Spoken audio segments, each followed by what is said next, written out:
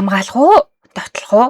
Honjo Kaede найзынхаа санал болгосон New World Online хэмээх VR MMORPG тоглоомыг туршиж үзэхээ шийднэ. Дүр бүтээх явцдаа Kaede бүх оноогоо зөвхөн хамгаалтандаа зацуулдаг. Яагаад гэж юу? Учир нь Kaede өвдөлт мэдлэхээ сайдаг. Туршлагатай тоглогч түүний энэ аргыг утгагүй хэрэг гэж бодно. Хүчтэй довтлож чадахгүй, байрнаасаа бараг хөдөлж чадахгүй, ингэж тоглоно гэж юу байсан бэ? Гэтэл хэний санаанд оромгүй зүйл болно. Ямар ч хүчтэй дайлтан зүртсэн Kaede ямар ч гэмтэл авдаггүй. Бараг л хөшгүй нэгэн болоо хуурчхна.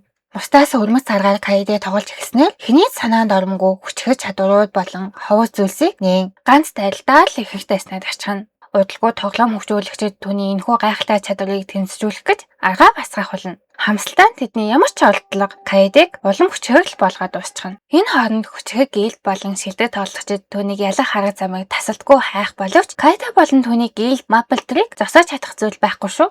Юмикан болон Коины зохиолоос сэдвэлсэн Тай нөгөө Яаноно де Боорёкны Кёкуфуру ни шитай то思います. Аргасаар мөн бүх оноогоо зөвхөн товтлогоон цацуулсан эхрүүд гардаг. Хэрэв Kaede хамгаалт биш бүх оноогоо товтлогоон цацуулсан бол ямар аимшигтай мангас болох байсан болоо гэж хаяа боддог шүү.